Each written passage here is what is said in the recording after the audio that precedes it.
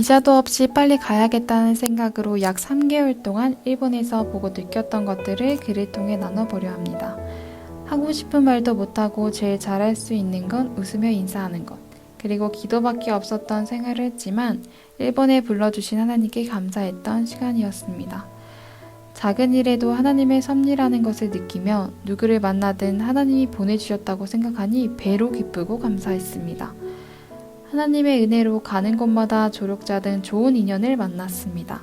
초청받은 곳들이 도쿄에서 떨어진 먼 지역에 있었지만 저의 동료 선교사와 함께 예수님을 묵상하며 가니 시원한 생수를 마시는 것처럼 힘들지 않았습니다. 같은 나이대는 아니어도 예수님이라는 하나의 관심사가 있어서인지 뭐든지 예수님으로 결론을 지을 수 있어서 마음이 편안했습니다. 때로는 일을 해야 한다는 강박으로 선교적인 일을 하지 않고 있는 것에 이게 맞나 싶기도 했지만 작은 일에도 충성하라는 말이 생각이 났고 하나님과의 관계와 저의 영적 상태를 더욱 들여다보게 되었습니다. 죄로 문드러지고 썩어 없어져야 할 저를 볼 때 예수님의 사랑을 갈망하게 되었습니다. 예수님은 저에게 이렇게 말씀하시는 것 같았습니다. 너는 내가 필요해. 나의 사랑을 바라봐라. 낙심하지 말아라. 예수님의 사랑은 참 신기합니다. 상황은 바뀌지 않아도 기쁨과 평안을 줍니다. 예수님 이야기를 나눌 수 있는 친구들도 주셔서 저의 마음을 풍요롭게 해주시고 외롭지 않게 해주셨습니다. 친구들을 통하여 일본에서 어떤 사역을 하면 좋을지, 어떤 기도를 하면 좋을지 알려주셨습니다. 그렇게 반복되는 일상 속에서 새롭고 신선한 경험을 주신 것입니다. 비자 때문에 한국에 가야 할 시간이 다가왔을 때였습니다. 잠시 3개월간 시간을 되돌아봤습니다. 마음 한켠이 불편했습니다. 내가 이곳에서 생활하는 동안 교회와 일본 친구들에게 어떤 감화를 끼쳤을지 순간 주눅이 들었습니다. 한국에 나가기 일주일 전 금요일 저녁 시간이었습니다. 그날도 어김없이 같이 저녁을 만들어 먹고 근황을 나눴습니다.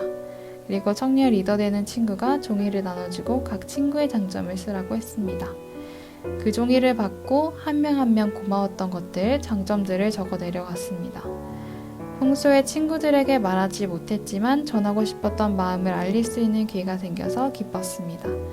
그런데 저에게도 친구들의 종이가 왔고 글을 읽으며 눈물이 날 것 같았습니다.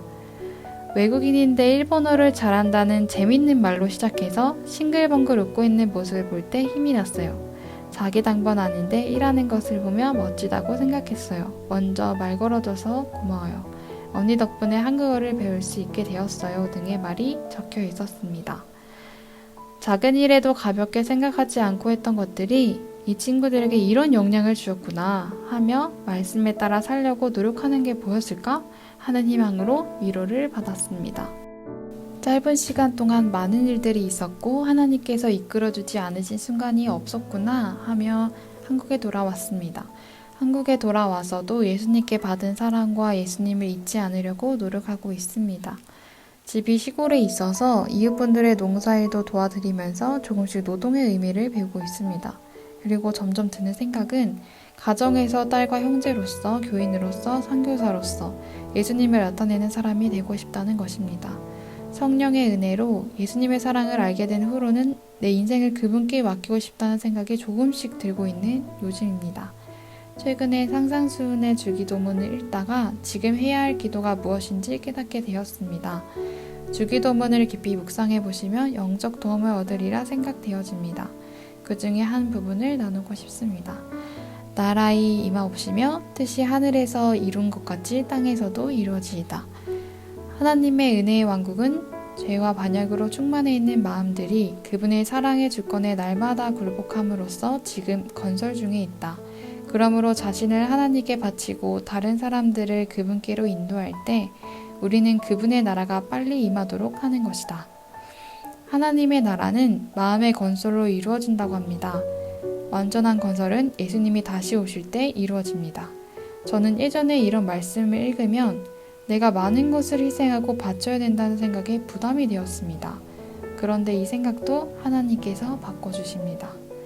그분의 사랑을 알고 믿게 되니 보증의 말씀으로 느껴지게 해주셨습니다. 그분께 나 자신을 바치는 것이 즐겁게 되는 일이 되기를 소망합니다.